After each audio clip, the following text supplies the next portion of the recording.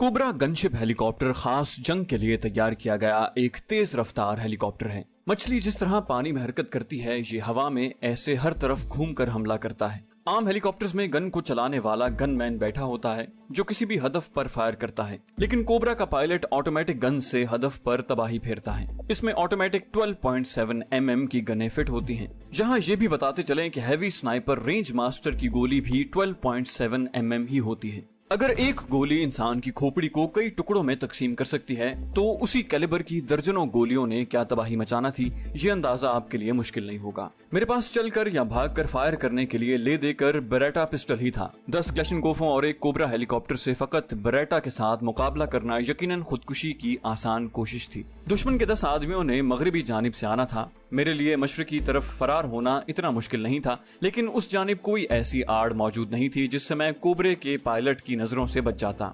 अलबत्ता शुमाल की जानिब मौजूद दरख्त और झाड़ियां मुझे नजरी आड़ मुहैया कर सकती थी। जल्दी से फैसला करते हुए मैं उसी जानिब चल पड़ा। हेली की आवाज लम्हा बलम्हा करीब आती जा रही थी। उसकी आमद से पहले मैं झाड़ियों के एक झुंड में घुसकर बेहिस्सो हरकत लेट गया था। कोबरा बहुत नीची परवाज करता हुआ उन झाड़ियों के करीब से गुजरा जहां मैं पहले लेटा हुआ था। उसके साथ ही मेरे कानों में तड़तड़ की भयानक आवाज गूंजी।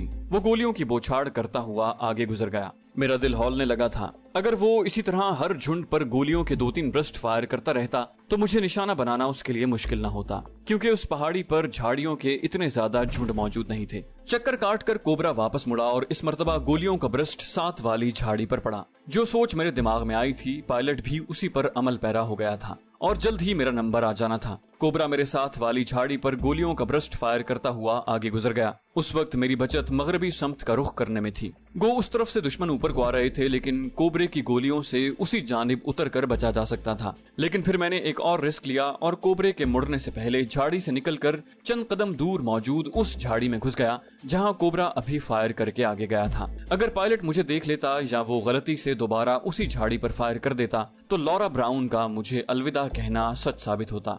मगर पायलट मुझे देख नहीं पाया था और ना उसने फायर करने में गलती की थी। हालांकि उस वक्त उसका गलती करना उसे कामयाब कर सकता था। उसने वापसी पर थोड़ी देर पहले मेरा ठिकाना बनने वाली झाड़ियों पर गोलियों का छिड़काव किया और आगे गुजरता चला गया। उस सीध में जितनी झाड़ियां आई थी उन तमाम पर कोबरे की गोलियां लगी थी। कोबरे के सर पर से गुजरते ही मैं मजीद जुनूब की तरफ बढ़ा। अगली झाड़ी 15-20 कदम दूर थी, लेकिन कोबरे के मुड़ने से पहले मैं झाड़ी में दाखिल हो चुका था। पायलट गोलियां बरसाते हुए तरतीब से तमाम झाड़ियों की छानबीन कर रहे थे। ये भी मुमकिन था कि एक दफा फायर कर चुकने के बाद पायलट दोबारा एक ब्रस्ट तमाम झाड़ियों पर बरसाना शुरू कर देता। मैं जिस झाड़ी में घुसा हुआ था उसी से कोबरे ने फायरिंग की इब्तिदा की थी। उसके बाद जुनूब की तरफ झाड़ियों के झुंड मौजूद नहीं थे। इक्का दुक्का दरख्त बिलाशुबा मौजूद थे, लेकिन दरख्तों के नीचे मैं पायलट की निगाहों से नहीं छुप सकता था। चंद लम्हे सोचने के बाद मैंने एक और तजवीज पर अमल करने का फैसला किया। जुनूब की जानिब मेरे छुपने की जगह से 50-60 गज दूर एक पथरीली चट्टान पड़ी थी। उसकी आड़ लेकर मैं पायलट की नजर में आने से बच सकता था,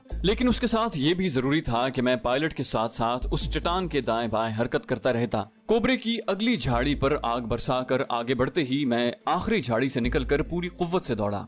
मेरी पीठ पर लदा रेंज मास्टर का झोला मुझे ज्यादा रफ्तार से भागने नहीं दे रहा था, लेकिन उस वक्त जिंदगी और मौत की बाजी शुरू थी और ये बाजी कोई भी नहीं हारना चाहता। यूं भी पायलट की तवज्जो उन झाड़ियों की तरफ मबजूल थी जहां वो गोलियां बरसा रहा था। चट्टान की जुनूबी जानिब आड़ लेते ही मैं चढ़े हुए सांसों को एतदाल पर लाने लगा। उसके साथ ही मेरा जहन तेजी से उस हालत से निकलने की तजवीज सोच रहा था। अगर पैदल दुश्मन ऊपर पहुंच जाता तो यकीनन वो मुझे चूहे की तरह घेर कर हलाक कर देते। कोबरे की वजह से मैं किसी आड़ में रहकर भी उनका मुकाबला न कर पाता, क्योंकि कोबरा सर पर पहुंचकर मुझे बड़ी आसानी से हलाक कर देता। बचाव का एक ही तरीका था कि कोबरा वहां से चला जाता, जबकि पायलट का फिलहाल ऐसा इरादा नजर नहीं आ रहा था। और फिर तंग आमद बजंग आमद के मिस्दाक मैंने ऐसा फैसला किया जिसे आम हालात में खुदकुशी का नाम ही दिया जा सकता है। रेंज मास्टर का झोला पीठ से उतारकर मैंने राइफल बाहर निकाली और उस पर साइट लगा ली। चंद सेकंड के बाद मैंने 200 मीटर रेंज लगाकर राइफल के पीछे लेट गया। उस वक्त अगर पायलट उस तरफ देख लेता तो मेरा बचना मुहाल था। भरी हुई मैगजीन राइफल से जोड़ते हुए मैंने राइफल कॉक की और पीछे लेटकर पायलट पर निशाना साध लिया। कोबरे की तेज रफ्तारी मेरे लिए निहायत मुश्किल पैदा कर रही थी। अगर मैं सीधी गोली फायर करता तो पायलट को कभी भी निशाना नहीं बना सकता था। मुनासिब लीड लेकर ही मैं कामयाब फायर कर सकता था। गो किसी भी मुतहर्रक हदफ को निशाना बनाने के लिए लीड का फार्मूला मौजूद है, मगर मसला ये था कि ऐसा तभी मुमकिन है जब मुतहर्रक चीज की रफ्तार मालूम हो, और कोबरे की रफ्तार मुझे मालूम नहीं थी, इसलिए मज़कूरा फार्मूला मेरे लिए किसी काम का नहीं था। البتہ پیشہ ور سنائپرز کے دماغ میں ایک اپنا اندازے کا میٹر لگا ہوتا ہے اور اس وقت میرا ذاتی اندازہ ہی کام آ سکتا تھا۔ ہیلی کاپٹر کی بائیں کھڑکی کا شیشہ کھلا تھا، اس لیے میں نے اس کے مغرب کی طرف مڑنے کا انتظار کیا۔ میرے پاس زیادہ وقت نہیں تھا کیونکہ کوبرا جھاڑیوں کے آخری جھنڈ کو نپٹانے والا تھا۔ پائلٹ کے چکر کاٹ کر مغرب کی طرف مڑتے ہی میں نے پائلٹ کے سر پر شست لی اور اس کے اپنی رائفل کے متوازی آنے سے پہلے میں نے بیرل کو اندازے سے مناسب لیڈ دے کر دل ہی دل میں اپنے پاک پروردگار کو مدد کے لیے پکارتے ہوئے ٹریگر دبا دیا۔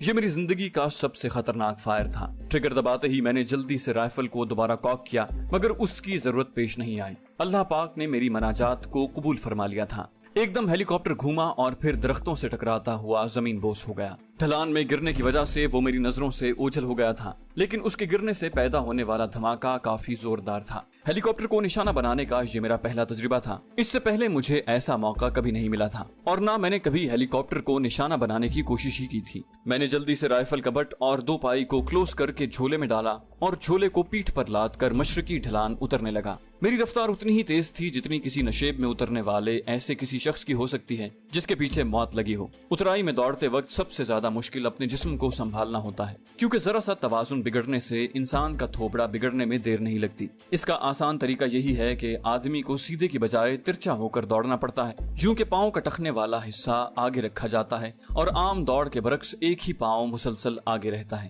میرے دماغ میں دوسرے کوبرے کی آمد کا خطرہ بیٹھا ہوا تھا۔ پہلے والے کو تو میں نے اس کی بے خبری میں مار گرایا تھا اور اس کے عبرتناک انجام کے بعد دوسرا پائلٹ کبھی بھی ایسی غلطی نہ کرتا۔ اچانک میرے ذہن میں ان کی ٹرانسمیشن سننے کا دائیا پیدا ہوا۔ وائرلیس سیٹ کافی دیر سے بند کر کے میں نے جیب میں ڈالا ہوا تھا۔ کوٹ کی جیب سے وائرلیس نکال کر میں نے آن کر لیا۔ لورا براؤن بڑے غصے میں کسی کو لتاڑ رہی تھی۔ وہ بول رہی تھی، تمہارے سورما اب تک نہیں پہنچے، انہیں کہو جلدی وہاں پہنچ کر معلوم کریں پائلٹ کو کیسے حادثہ پیش آیا ہے۔ اوور۔ کمانڈر مبین کی صفائی دیتی ہوئی آواز ابھری۔ جی میڈم، وہ بس پہنچنے ہی والے ہیں۔ اصل میں مغربی جانب سے چڑھائی بالکل سیدھی ہے، اس لیے انہیں دیر ہو رہی ہے۔ اوور۔ لورا کی آواز آئی، تمام ہیلی کے گرد نہ اکٹھے ہو جائیں، کچھ کو کہو اوپر پہنچ کر دیکھیں، ہو سکتا ہے گرنے سے پہلے پائلٹ اس خبیث کو نشانہ بنا چکا ہو۔ اوور۔ مبین کی آواز آئی، ٹھیک ہے madam, over. Over and all کہہ کر لورا براؤن نے بات ختم کر دی۔ میں نے پرانی فریکوینسی لگائی۔ 2-3 منٹ کے بعد ہی میرے کانوں میں کمانڈر عبدالحق کی آواز آئی، عبداللہ کیا حال ہے؟ وہ شاید وقفے سے مجھے پکار رہا تھا۔ میں نے کہا، معذرت خواہ ہوں دوست، میں ذرا مصروف ہوں، بعد میں بات ہوگی، فی الحال خدا حافظ۔ میں نے پھولے ہوئے سانسوں کے ساتھ کہا اور اس کے ساتھ ہی 15 نمبر چینل لگا دیا۔ اس دوران میری رفتار ذرا سی دھیمی ہوئی، لیکن میں نے رکنے کی کوشش نہیں کی تھی۔ آدھے سے زیادہ اترائی میں طے کر چکا تھا اور اب تو چھدری جھاڑیاں شروع ہو گئی تھی جو مجھے اچھی خاصی آڑ مہیا کر رہی تھی۔ اگر دشمن نشیب میں جھانک بھی لیتا تو مجھے اتنی آسانی سے نہیں ڈھونڈ سکتا تھا۔ نیچے نالے میں کوبرے کے فائر سے بچنے کے لیے بھی کافی جگہیں مل جاتی۔ کمانڈر عبدالحق کی اطمینان بھری آواز ابھری، شکر ہے عبداللہ بھائی، آپ کی آواز سنی۔ میں نے کہا، باقی گپ بعد میں ہوگی، یہ بتاؤ اس وقت کہاں پر ہو؟ وہ بولا، ہم طے شدہ جگہ پر جانے کے لیے نکل چکے ہیں مگر ہیلی کی آمد کی وجہ سے رستے میں رک گئے ہیں۔ میں نے کہا، واپس ٹھکانے پر پہنچو، وہاں آ کر بات کرتے ہیں۔ اس کی اطمینان بھری آواز آئی، ٹھیک ہے۔ وائرلیس سیٹ جیب میں ڈال کر میں نے دوبارہ اپنی رفتار بڑھا دی۔ نالے میں اترتے ہی میرے کانوں میں کلاشنکوف کی تڑتڑاہٹ گونجی۔ 4-5 کلاشنکوفیں اکٹھی ہی گرج رہی تھی۔ میں نے سر اٹھا کر دیکھا، دشمن بلندی پر پہنچ چکا تھا اور وہیں سے وہ نالے میں فائر کر رہا تھا۔ کلاشنکوف کی کارگر رینج اتنی زیادہ نہیں تھی کہ وہ مجھے وہاں سے نشانہ بنا سکتے، البتہ تعاقب کر کے مجھے نقصان پہنچانا مشکل نہیں تھا۔ ایک بڑے پتھر کی آڑ میں رک کر میں ان کا جائزہ لینے لگا۔ وہ میرے تعاقب کے لیے نشیب میں اترنے لگ گئے تھے۔ نزدیک پہنچنے پر میں ان کا مقابلہ نہ کر پاتا کیونکہ سنائپر رائفل دور کی لڑائی کے لیے زیادہ مؤثر ہے۔ نزدیکی اور دو بدو لڑائی میں تو آٹومیٹک اور ہلکی رائفل ہی زیادہ کارآمد ہوتی ہیں۔ ان کی پیش قدمی میں رکاوٹ ڈالنا ضروری تھا۔ رینج ماسٹر کو جھولے سے نکال کر میں نے پتھر پر لگایا، فاصلہ ناپ کر ان کی بلندی کا زاویہ ناپا، کیونکہ درست فائر کرنے کے لیے مجھے ان تمام معلومات کی ضرورت تھی۔ البتہ اب میرا اتنا تجربہ ہو چکا تھا کہ 1 منٹ کے قلیل وقت میں رینج لگا چکا تھا۔ پہلا فائر میں نے اس پر کیا جو سب سے آگے تھا۔ اس کی تیز رفتاری گولی لگنے کے بعد بھی برقرار رہی تھی۔ چونکہ میں نے بیرل پر سائلنسر چڑھایا ہوا تھا، اس لیے باقیوں نے اپنے ساتھی کے گرنے کو ٹھوکر لگنے پر محمول کیا، لیکن اس کے بعد گرنے والے 2 آدمیوں نے ایک دم ان کے قدموں میں رکاوٹ ڈال دی۔ وہ چیخ کر ایک دوسرے کو آڑ لینے کا کہہ رہے تھے، لیکن یہ ضروری تو نہیں تھا کہ تمام کو فوراً ہی مضبوط آڑ مل جاتی۔ ان کے چھپنے تک 2 اور آدمی باقی نہیں رہے تھے۔ باقی 3 پتھروں کے پیچھے لیٹ کر اندھا دھند فائرنگ کرنے لگے۔ ان کی تعداد 10 تھی، جبکہ میرے تعاقب میں 8 آ رہے تھے۔ اس کا مطلب یہی تھا کہ 2 ہیلی کاپٹر کے ساتھ رک گئے تھے۔ میں نے وائرلیس سیٹ نکال کر ان کا مخصوص چینل لگایا کیونکہ انہوں نے اس حادثے کی اطلاع تو کسی کو دینا تھی۔ میرے کانوں میں مبین کی آواز پڑی، وہیں لیٹے رہو، آڑ سے باہر نہ نکلنا، میں تم لوگوں سے بات کرتا ہوں۔ یقیناً وہ مبین کو اطلاع دے چکے تھے اور اب مبین انہیں حکمت عملی سمجھا رہا تھا۔ انہیں انتظار کا کہہ کر وہ لورا براؤن کو پکارنے لگا۔ 21 for 11 اوور۔ لورا کی آواز آئی، سینڈ یور میسج اوور۔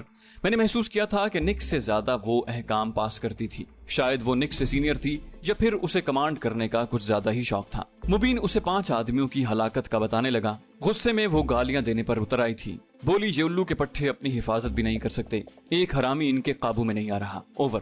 مبین نے کہا، میڈم میرا خیال ہے وہاں کوبرا بھیج دیتے ہیں، اب بڑے ہیلی کاپٹر کی حفاظت کے لیے کوبرے کی ضرورت نہیں رہی، تمام لاشیں ایک جال میں باندھ کر MI-17 روانہ ہو چکا ہے، اوور۔ وہ بولی، ٹھیک ہے، اس کے پائلٹ کو بھی پہلے والے خبیث کا انجام بتا دو، خالی بھونکنے والے سور اکٹھے ہو گئے ہیں، over and all. Laura brown کا غصہ کم ہونے میں نہیں آ رہا تھا۔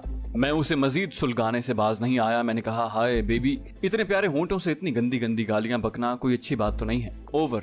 وہ بولی، اس نے تم کے بعد جو کہا وہ یہاں بولا نہیں جا سکتا۔ شاید انگریزی زبان کی ساری معروف اور غیر معروف گالیاں اسے ازبر تھیں۔ ہمارے ہاں جو انگلش گالیاں زبان زد عام ہیں انہیں ہم اردو گالیوں کے مقابلے میں کم برا سمجھتے ہیں۔ یہ حکمران زبان کا اعجاز ہی ہے کہ گالیاں سننے والا بے ساختہ کہہ اٹھتا ہے، لگتی ہیں گالیاں بھی تیرے منہ سے بھلی۔ مگر اس نے جو الفاظ منہ سے نکالے تھے، مرد ہونے کے باوجود مجھے پہلی بار وہ سب سننے کا اتفاق ہوا تھا۔ کسی گالیاں بکنے والے کے جواب میں ویسے ہی الفاظ منہ سے نکالنے کا مطلب یہ ہوتا ہے کہ آپ بھی اس کی سطح پر آ گئے ہیں، اور اس میں کوئی شک نہیں کہ گالیاں بکنا اپنی کمزوری اور بے بسی کا اظہار کرنا ہے۔ لورا براؤن بھی کچھ نہ کر سکنے پر یوں بےہودگی پر اتر آئی تھی۔ میں نے ایک قہقہ لگا کر اسے مزید سلگایا۔ وہ مزید مغلظات بکنے لگی۔ اس کی زبان رکنے پر میں نے پریشان لہجے میں کہا، یہ گالیاں بکنا کہیں اپنے ڈیٹ کے وعدے سے انحراف کی چال تو نہیں، اوور۔ وہ بولی، مسٹر، میں تمہیں یقین دلاتی ہوں کہ تمہاری موت بہت بری ہوگی۔ اس کا غصہ دیکھ کر لگ رہا تھا کہ اگر میں اس کے سامنے ہوتا تو وہ مجھے کچا چبا ڈالتی۔ میں نے کہا، مطلب میرا اندازہ ٹھیک ہے، تمہارے ساتھ ڈیٹ پر جانے کی خواہش خواب ہی بنی رہے گی۔ میں نے یوں دکھ کا اظہار کیا۔ وہ بولی، اگر میرے سامنے ہوتے تو تمہیں بتا دیتی کہ تم کتنے کچھ دلیر ہو۔ اس سے باتیں کرتے ہوئے میں پتھروں کی آڑ میں لیٹے ہوئے دشمنوں سے ایک لمحے کے لیے بھی غافل نہیں ہوا تھا۔ ان کی موسلا دھار فائرنگ اب گاہے گاہے کی ٹخ ٹخ میں بدل چکی تھی۔ میری ہمیشہ سے عادت رہی ہے کہ میں فضول ٹریگر دبانے سے پرہیز ہی کرتا ہوں۔ استادوں نے ہمیشہ بلا مقصد کی فائرنگ سے روکا تھا اور میں اس اصول پر سختی سے کاربند رہتا ہوں۔ اسی وجہ سے تو دوران تربیت کبھی غلط گولی چلانے کی پاداش میں استاد محترم راؤ تصور صاحب کے تادیبی واز سے بہرامند نہیں ہو سکا تھا۔ اس کا یہ مطلب بھی نہیں کہ میں ہمیشہ ہی بے عزتی کروانے سے محفوظ رہا۔ نشانے بازی سے ہٹ کر خیر سے مجھے بھی درجنوں بار بے عزت ہونے کا شرف حاصل رہا ہے، لیکن یہ موقع تفصیل بتانے کا نہیں۔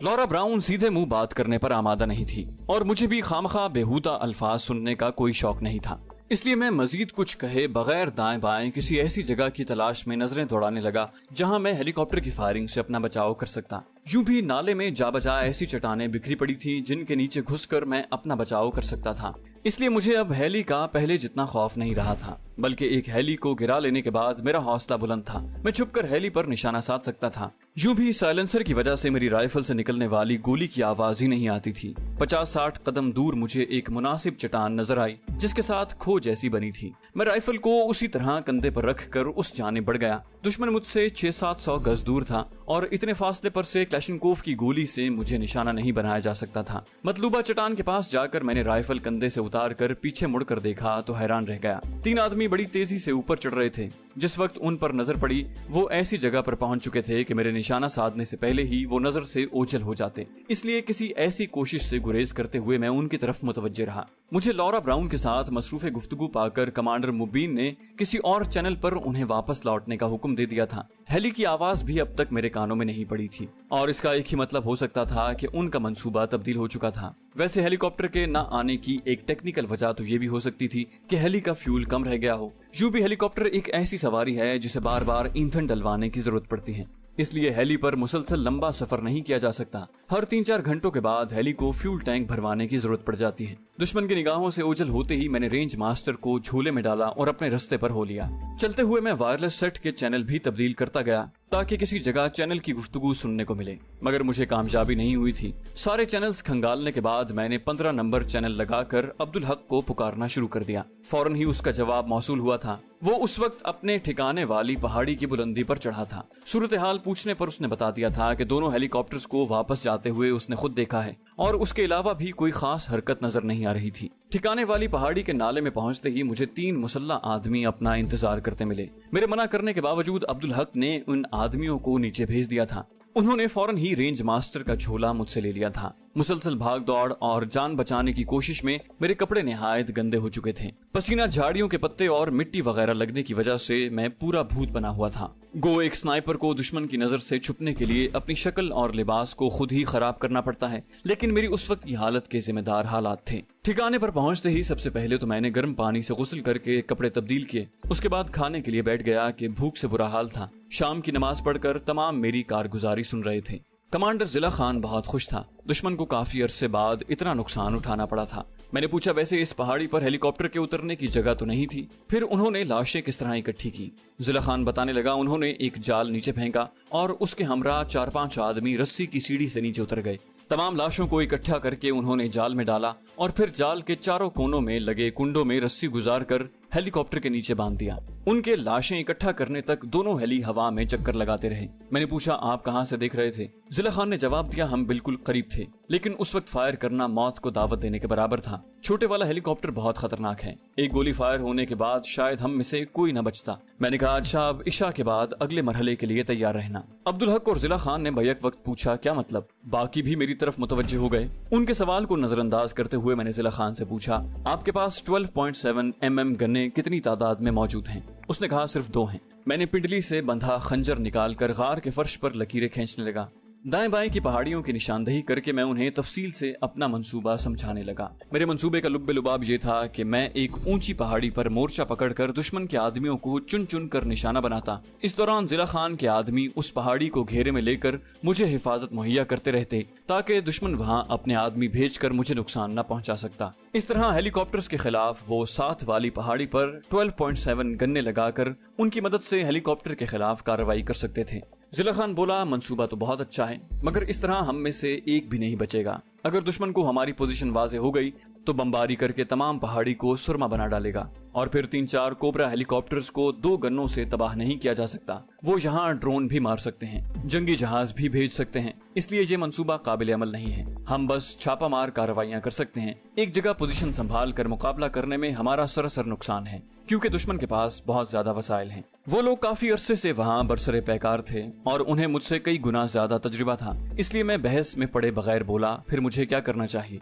जिला खान बोला, आप उस स्नाइपर का बंदोबस्त कर दें, उससे जान छूटने के बाद हम अपने तरीके से कार्रवाइयां करते रहेंगे। मैंने कहा, तो निक स्टुअर्ट कोई अकेला स्नाइपर तो नहीं है? जिला खान इत्मीनान से बोला, सही कहा, मगर उस जैसा अच्छा निशानेबाज इतनी आसानी से उन्हें दूसरा नहीं मिलेगा। बाकी तरबियती कैंप में हमने अपने मखसूस आदमियों को निशानेबाजी की तरबियत देना शुरू कर दी है। जल्द ही हमें भी अच्छे स्नाइपर मिल जाएंगे। मैं फौरन उससे मुत्तफिक हो गया, ठीक है। यूं भी मैं खामखा ही इस बखेड़े में फंस गया था। मुझे वापस जाकर बहुत सारे काम निपटाना थे और मैं अफगानिस्तान में किसी और के मसाइल में उलझा था। यहाँ जितने काम मैं कर चुका था सारे गैर कानूनी थे। पाक आर्मी का कानून मुझे कभी भी इसकी इजाजत नहीं देता था। अब भी मैं जो कुछ कर रहा था चोरी छुपे कर रहा था। अगर किसी सीनियर को मालूम हो जाता तो मुझे सजा मिलते देर न लगती।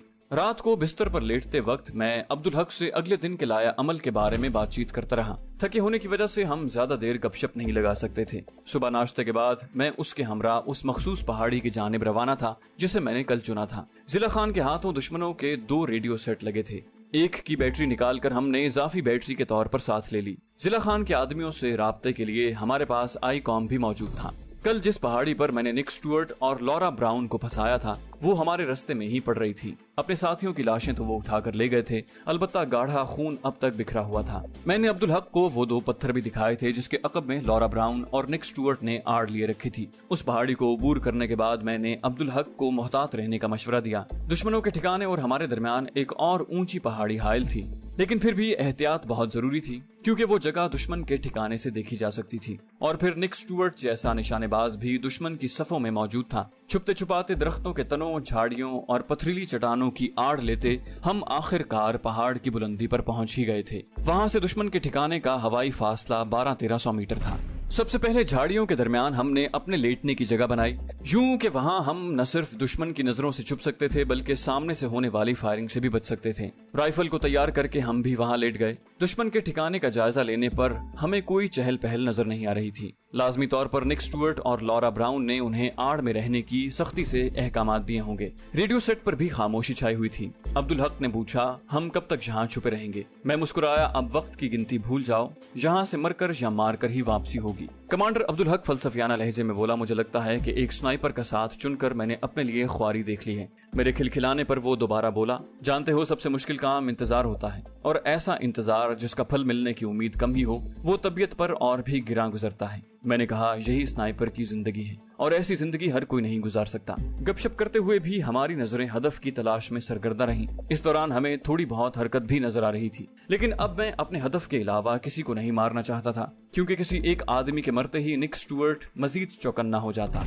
अब्दुल हक ने पूछा, वैसे अपने हदफ को पहचानेंगे कैसे?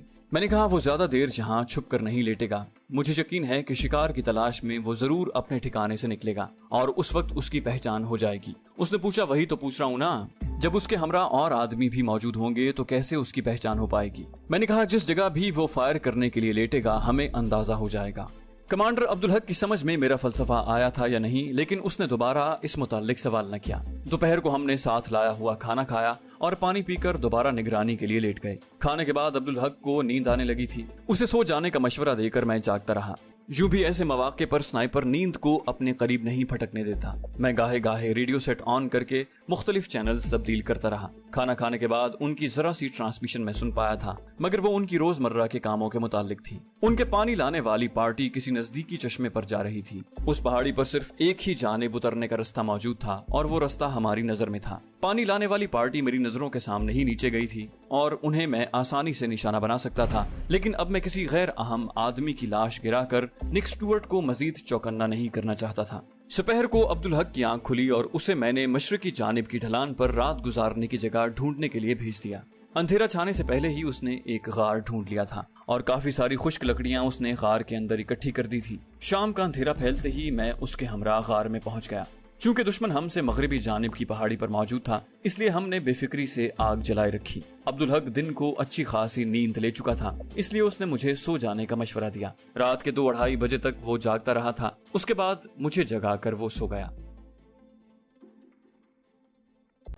मैं अच्छी खासी नींद ले चुका था। अब्दुल हक ने कहवा बनाकर रख छोड़ा था। गर्म कहवे की चुस्कियां लेते हुए मेरे दिमाग में उसकी याद थी जो कभी भूली नहीं थी। न जाने वो कहाँ थी। कभी कभी मेरे दिमाग में बहुत ज्यादा हौलनाक किस्म के ख्यालात जन्म लेते। उस वक्त भी मेरे दिमाग में उसकी गिला करती हुई आवाज गूंज रही थी, राजू कहाँ गायब हो गए हो? मैं सख्ती से मुंतजिर हूँ, जल्दी लौट आओ। मैं उसके पास निक स्टुअर्ट वाला मामला निपटा कर ही जा सकता था। पलवशा की हसीन यादों को जबरदस्ती दूर छिटक कर मैं मौजूदा सूरत हाल से निपटने का तरीका सोचने लगा। सुबह तक मैं एक काबिल अमल मंसूबा सोच चुका था। पानी का चश्मा गार से जरा ही नीचे था। ठंडे पानी से वुजू करके मैंने हमवार जगह पर चादर बिछाकर नमाज पढ़ी। मेरे सलाम फेरने तक अब्दुल हक भी वुजू करके पहुंच गया था। मैं गार की तरफ बढ़ गया। सूरज तुलू होने में थोड़ी देर थी, लेकिन इर्द गिर्द के मनाजिर साफ हो गए थे। मैं झोले से लेजर रेंज फाइंडर निकाल कर बुलंदी पर पहुंच गया और जो मंसूबा बनाया था उसके मुताबिक पहाड़ियों का फासला नापने लगा। थोड़ी देर बाद मैं कमांडर अब्दुल हक को तमाम मंसूबा समझा रहा था। आपने उस सुर्ख पहाड़ी पर पहुंचना है।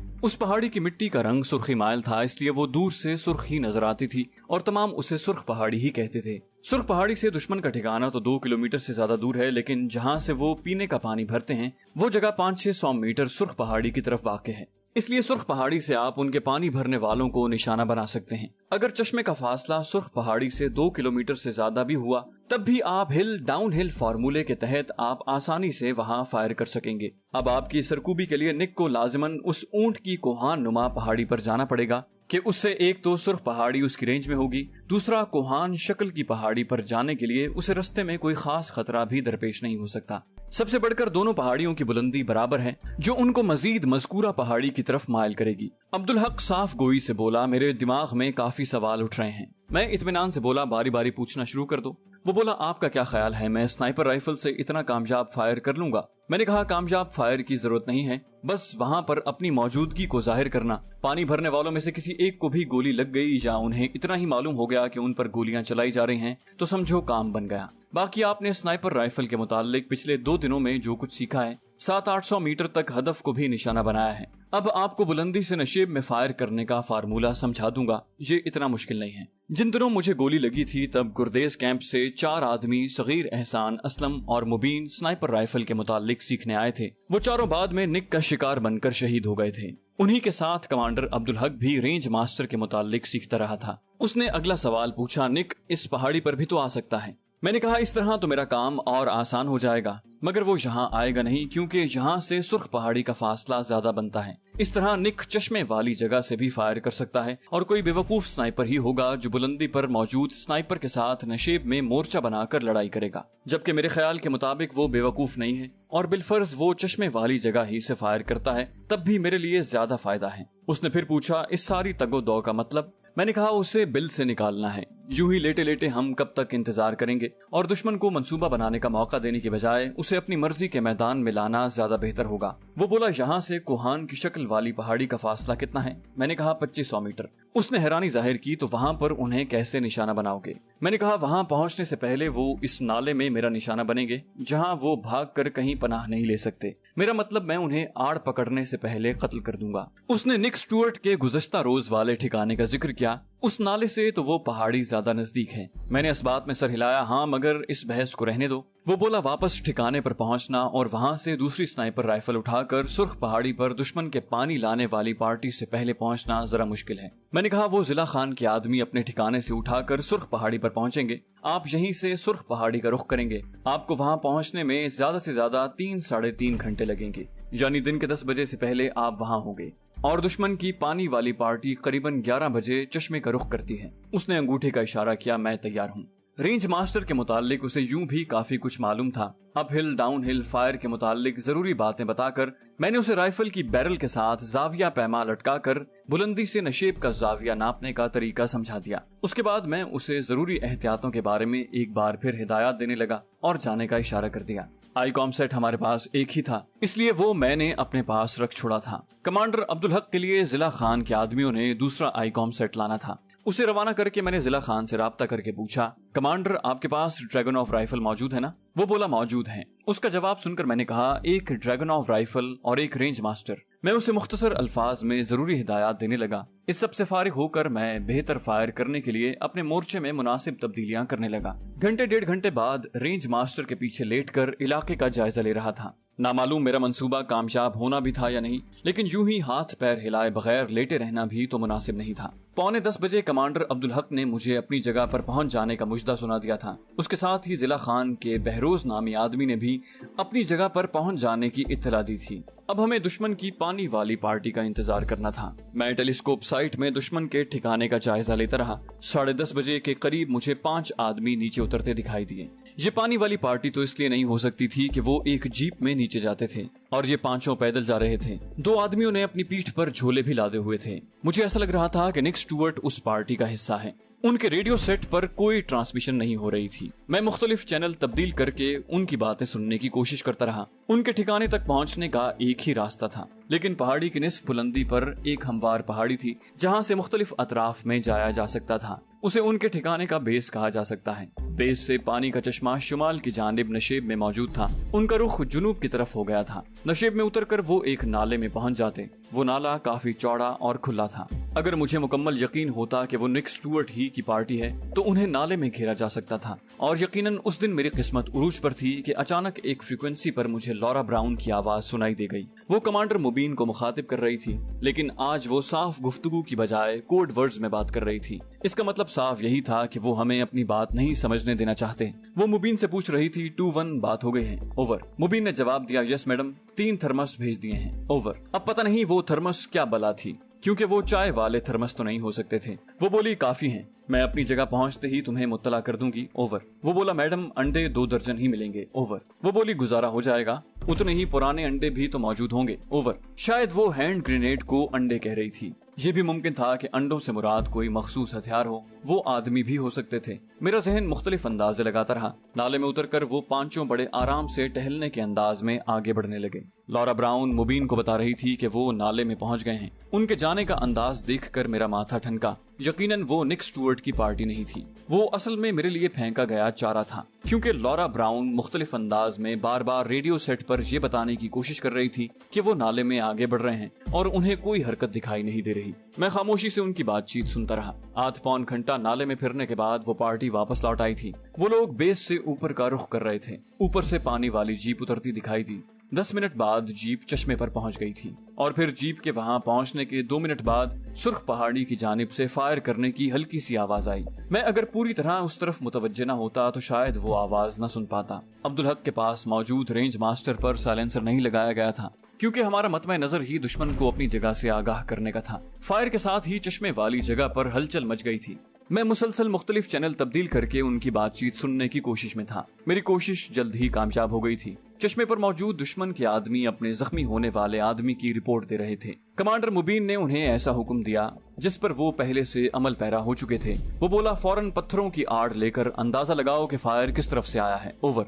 वो बोले, हम आड़ में हैं कमांडर, और फायर सामने सुर्ख वाली पहाड़ी से आया है। मुबीन बोला, ठीक है, वहीं आड़ में पड़े रहो, अगले हुक्म तक कोई अपनी जगह से हरकत न करे। Over and all. Radio set पर खामोशी छा गई। उसी वक्त फायर के 2 हल्के हल्के धमाके हुए। यकीनन अब्दुल हक अभी तक फायर करने में लगा हुआ था। मैं दुश्मन के ठिकाने की तरफ मुतवज्जे रहा। एक तेज रफ्तार जीप ऊपर से उतरती नजर आई। बेस पर आकर जीप रुक गई। 4 आदमी जीप से बाहर निकले। वो जगह ऐसी थी कि सिर्फ एक आदमी को कामयाबी से निशाना बना पाता और बाकियों को छुपने का मौका मिल जाता। 2 आदमियों ने अपनी पीठ पर झोले लादे और चारों बेस के गरबी और उनके अपने ठिकाने के शर्की जानिब मौजूद ढलान में उतरकर मेरी नजरों से ओझल हो गए। मेरे अंदाजे के मुताबिक उन्होंने उस नाले में चलते हुए चश्मे वाली जगह को पीछे छोड़कर अगले नाले में नमूदार होना था। वो भी काफी वसी नाला था, लेकिन वो जगह सुर्ख पहाड़ी से नजर नहीं आती थी। मुझसे उस जगह का फासला अप हिल डाउन हिल फार्मूले के मुताबिक 1900 मीटर बनता था और गुज़श्ता रोज जिस जगह निक स्टुअर्ट ने ठिकाना बनाया था उस पहाड़ी से वो मकाम 1400-1500 मीटर से ज्यादा नहीं बन रहा था। अगर मैं उस जगह होता तो ज्यादा आसानी से उन्हें निशाना बना सकता था, मगर मैंने जानबूझकर उस पहाड़ी को नजरअंदाज कर दिया था। और क्यों नजरअंदाज किया था, इस मुताल्लिक आप लोगों को बाद में मालूम हो जाएगा। अगर वो उस नाले को उबूर करके कोहान की शक्ल वाली पहाड़ी के दामन में पहुंच जाते तब भी मेरी रेंज से बाहर निकल जाते। जल्द ही मुझे अपना अंदाजा दुरुस्त होता नजर आया। वो चारों बगली नाले से निकलकर उस वसी नाले में नमूदार हुए। चारों एक सीधी कतार में चलने की बजाय फैल कर आगे बढ़ रहे थे और इस तरह मेरा काम और ज्यादा आसान हो गया था। इतनी दूर से भी एक आदमी के कंधों से नीचे तक फैले हुए बाल जाहिर कर रहे थे कि वो लॉरा ब्राउन है। 2 आदमियों की पीठ पर झोले लदे थे। यकीनन वो मामूली आदमी थे। अब पीछे सिर्फ एक आदमी बच रहा था और कोई शक नहीं कि वो निक स्टुअर्ट था। यूं भी उस वक्त मैं चारों को बारी बारी निशाना बना सकता था। सर में गोली मारने की बजाय मैंने उसकी टांग पर निशाना साधा और ट्रिगर दबा दिया। वो फौरन मुंह के बल गिरा।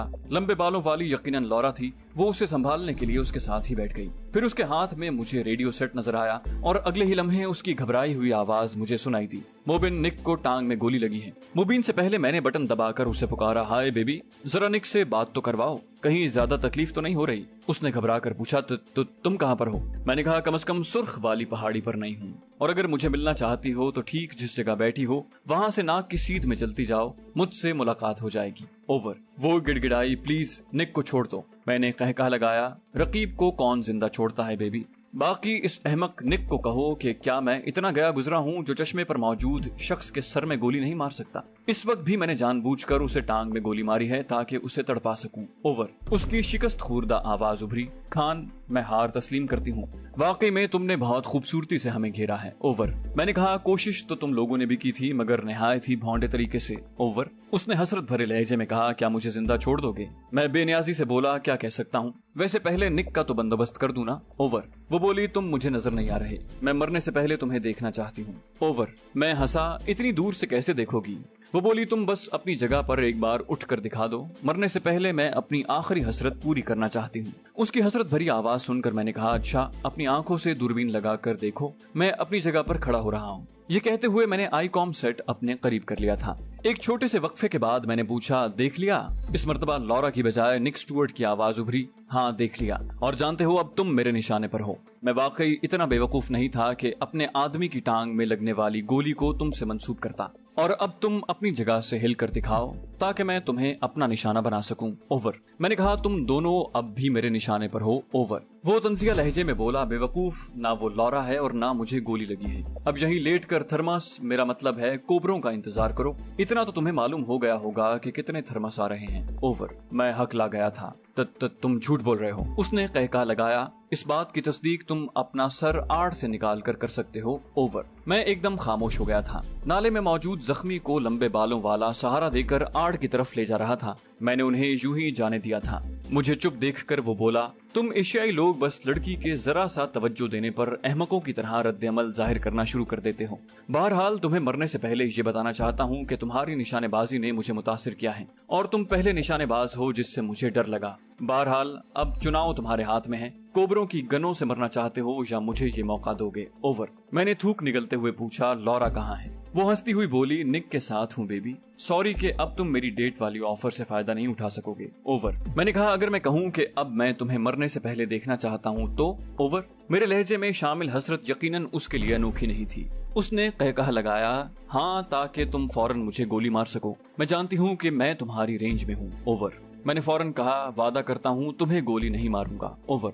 वो बेयकीनी से बोली, मैं तुम पर क्यों एतबार करूं? मैंने कहा, तुम जानती हो हम मुसलमान अल्लाह पाक का नाम लेकर झूठ नहीं बोलते। तुम अपने सर से टोपी उतार कर खड़े होकर अपनी जुल्फों की झलक दिखा दो, अल्लाह पाक की कसम तुम्हें गोली नहीं मारूंगा। ओवर। उसने अजीब से लहजे में पूछा, मेरी जुल्फें देखकर क्या करोगे? मैंने कहा, एक हसरत थी दिल में, अगर पूरी कर दो तो बाकी दोबारा कसम खाता हूँ कि तुम्हें गोली नहीं मारूंगा। मेरा मुकाबला तो निक के साथ है। थोड़ी देर पहले जो नकली लॉरा मुझे नजर आई थी उस पर भी मैंने गोली नहीं चलाई थी। ओवर। वो बोली, मैं जानती हूँ कि मेरा खड़ा होना हिमाकत है, लेकिन मैं तुम पर एतबार करके खड़ी हो रही हूँ। उसके साथ ही अपने सर से टोपी उतार कर वो जुल्फें बखेरे खड़ी हो गई। मैंने कहा, बस इसी तरह खड़ी रहो, मैं थोड़ी देर तुम्हें देखना चाहता हूँ। अगर गोली चलाना होती तो अब तक चला चुका होता। तुम जानती हो कि मैं कितना तेज फायर करता हूँ। उसके साथ मैं निक स्टुअर्ट को बताना चाहता हूँ कि मैं भी तुमसे मुतासिर हूँ दोस्त, और मरने से पहले जान लो कि तुमने SS से पंगा लेने की कोशिश की थी। Good bye. इतना कहते ही मैंने ट्रिगर दबा दिया। रेंज मास्टर की गोली का 1300 मीटर के फासले पर जाया होने का मतलब स्नाइपर की नालायकी ही हो सकती है,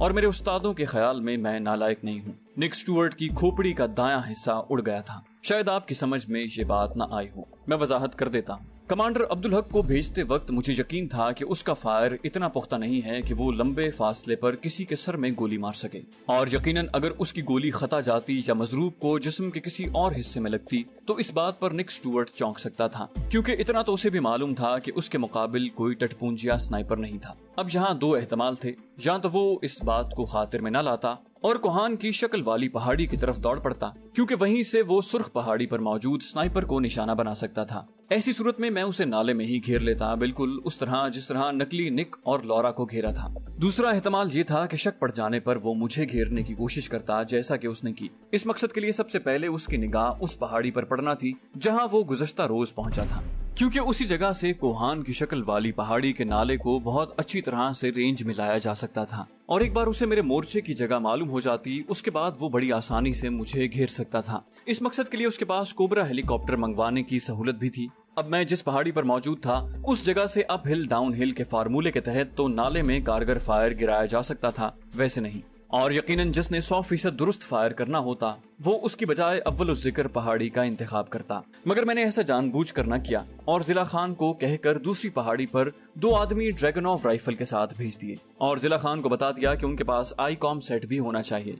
उन्हें जिस जगह मोर्चा बनाना था ये उन्हें मैंने यहीं से बता दिया था। नकली निक को गोली लगते ही जब लॉरा ने मेरी जगह के बारे में इस्तफसार शुरू किया तभी मैं जान गया था कि उसका मकसद क्या है। उसके इस्तफसार ने मेरा काम और ज्यादा आसान कर दिया। मैंने आईकॉम पर जिला खान के आदमी बहरोज को बताया कि वो अपनी जगह पर खड़ा होकर हाथ लहराए और फिर लेट जाए। उसने यूं ही किया और निक स्टुअर्ट खुलकर सामने आ गया। अब जिस जगह बहरोज मौजूद था वो पहाड़ी मेरे शुमाल जानिब वाक़ थी, जबकि निक को वो पहाड़ी जुनूब मशरिक में पड़ती थी। निक स्टुअर्ट ने उसके खिलाफ जब मोर्चा संभाला तो वो मेरे मगरिबी जानिब मौजूद था। उसने बहरोज वाली पहाड़ी की जानिब से अपने सामने आड़ पकड़ी थी।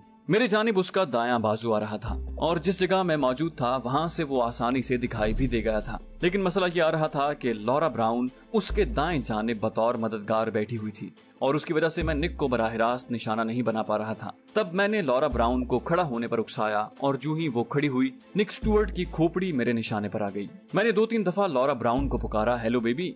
वो निक की खोपड़ी उड़ते ही एकदम बैठ गई थी, मगर निक उसकी हर किस्म की मदद से दूर जा चुका था। खिलाफ तवक्को उसने गालियां नहीं बकी थी। बोली, एस तुम जीत गए। मैंने मुस्कुराते हुए कहा, आज गालियों का ब्रश नहीं चलाया तुमने। ओवर। उसने अजीब से लहजे में पूछा, तुम मुझे भी तो मार सकते थे एस। मैंने हंसते हुए कहा, हाँ मगर फिर डेट पर किसके साथ जाता। ओवर। अब मैं क्या बताता कि उसे मारने की सूरत में निक स्टुअर्ट ने कभी हाथ नहीं आना था और मेरा असल शिकार निक स्टुअर्ट था, वो नहीं। इसी वजह से तो मुझे कसम खाकर उसे उठने पर मजबूर करना पड़ा था। अलबत्ता निक को कत्ल करने के बाद मैं उसे भी गोली मार सकता था, मगर मुसलमान होने के नाते मुझे ये जेब नहीं देता था कि मैं कसम उठाकर उसके खिलाफ करता। ऐसा कम से कम मुझसे नहीं हो सकता था। वो फीके से लहजे में बोली, समझ में नहीं आता शुक्रिया कहूँ या अपने साथी की मौत के गम में तुम्हें कोसूं। मैंने कहा, अगर मेरा मशवरा मानती हो तो कल तक यहाँ से गायब हो जाना। शायद इसके बाद सामना होने पर मुझे डेट का लालच भी न रोक सके। बाकी मैं अपनी जगह पर खड़ा हो रहा हूँ, तुम मुझे देख सकती हो। पहले मेरा आदमी खड़ा हुआ था और हाँ, मैं दूरबीन से तुम पर निगाह रखे हुए हूँ और जानता हूँ कि तुम भी स्नाइपर हो, इसलिए बदला लेने को किसी और वक्त के लिए मौखर कर दो। ओवर। ये कहकर मैं अपनी जगह पर खड़ा हो गया था। वो भी खड़ी होकर मेरी जानिब ही देख रही थी। अब इतनी दूर से मुझे उसके चेहरे पर छाए तासुरात तो नजर नहीं आ रहे थे कि वो गुस्से में है या खुश दिखाई दे रही है। नीचे झुककर मैंने रेंज मास्टर को उठाकर कंधे पर रखा और अकबी ढलान की तरफ बढ़ गया। उसके पास इतना मौका नहीं था कि वो फासला नाप कर रेंज लगाती और मुझे निशाना बनाने की कोशिश करती। यूं भी वो मुझसे खौफजदा थी, इसलिए अपनी जगह पर खड़ी मेरी जानिब घूरती रही।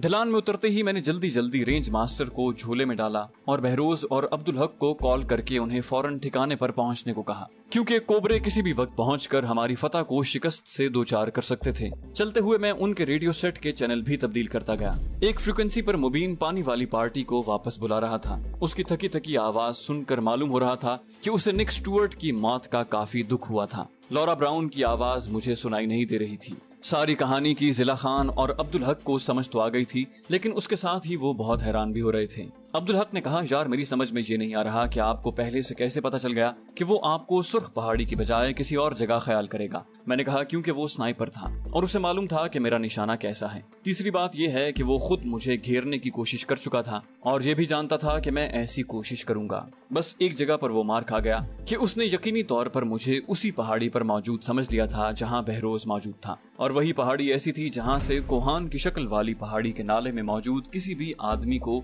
बहुत आसानी से निशाना बनाया जा सकता था। वरना जहां मैं मौजूद था उसका फासला बज़ाहिर उस नाले से 2 किलोमीटर से ज्यादा था। मैं तो बस अप हिल डाउन हिल के फार्मूले से फायदा उठाते हुए काम कर गुजरा। बाकी दुश्मन का ठिकाना मुसलसल मेरी नजर में था और मैं मुंतजिर था कि कोई मोर्चे में बैठकर अपना स्नाइपर होना जाहिर करे। वो तारीफी लहजे में बोले, यार इतनी गहरी चाल, यकीन करो मेरा तो सर चकरा गया है। मैंने कहा, बहरहाल मैंने अपना काम पूरा कर दिया है और अब मैं वापस चलूं। जिला खान ने कहा, दोस्त आप जब कहें रवानगी का बंदोबस्त हो जाएगा, अलबत्ता चंद दिन खिदमत का मौका देते तो हमें खुशी होती। मैंने कहा, कमांडर मैंने अब तक गैर कानूनी तौर पर आप लोगों की मदद की है, जबकि पाक आर्मी का कानून मुझे कतन इस बात की इजाजत नहीं देता। मेरी अफगानिस्तान आमद का मकसद अपनी बेगुनाही के सबूतों की तलाश थी, न कि अमेरिकन आर्मी या अफगानिस्तान आर्मी के खिलाफ कोई कार्रवाई करना। बाकी आप लोगों ही की वजह से मुझे अपने मकसद में कामयाबी मिली है और इतनी सहूलतें मिली हैं कि मैं बाआसानी कामयाब हो पाया हूँ। इसलिए आप तमाम का बहुत बहुत शुक्रिया।